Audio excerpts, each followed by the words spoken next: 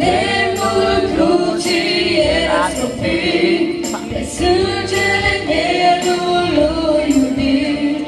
Iar lemnul crucii era stropit de sângele mielului iubit.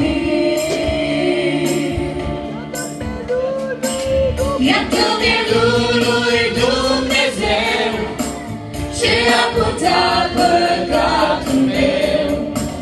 De la Pilat la Golgota, El a purtat povara mea. Iată mielul lui Dumnezeu ce a purtat păcatul meu. De la Pilat la Golgota, El a purtat povara mea. Aleluia, aleluia, aleluia, mielului. Aleluia, aleluia, aleluia, mielului.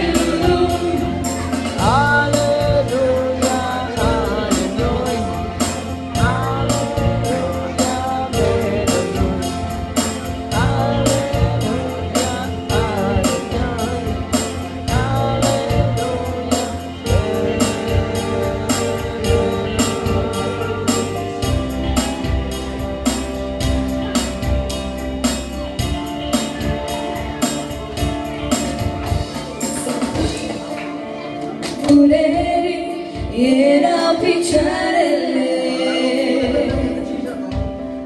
iar cruielele și fier i-a străpus mâinile. Haina lui dintr-o bucată au tras la sorți pe ea.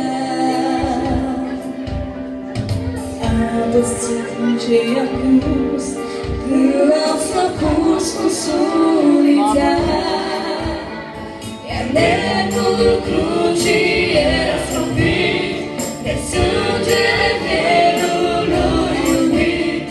Iar lemnul crucii era stropit de sângele mielului iubit.